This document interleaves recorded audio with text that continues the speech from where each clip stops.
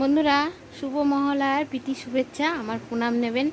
এক হাতে ফোন, তাই আমি এক হাতেই বলছি, প্রণাম নেবেন। আজকে আমাদের নিরামিষ খেতে হয়, আর তার মধ্যে অমাবস্যা।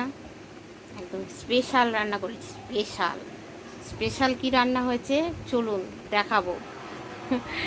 দারুণ, গরিব কাকিমার বাড়ি স্পেশাল মেনু। চলুন দেখাই স্পেশাল মেনুটা।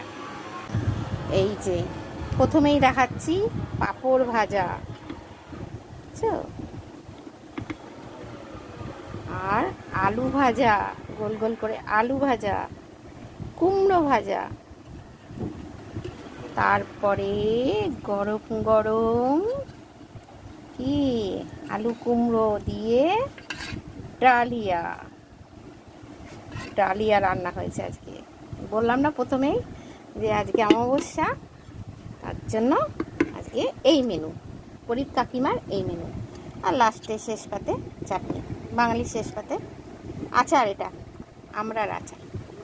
আচ্ছা, বেরিয়েছে স্নান করে গামলা গুমলা নিয়ে, মাথায় চুল টুল আশ্রা। তারপরে আগে থেকে আমি বেরিয়ে রেখেছি ডালিয়া।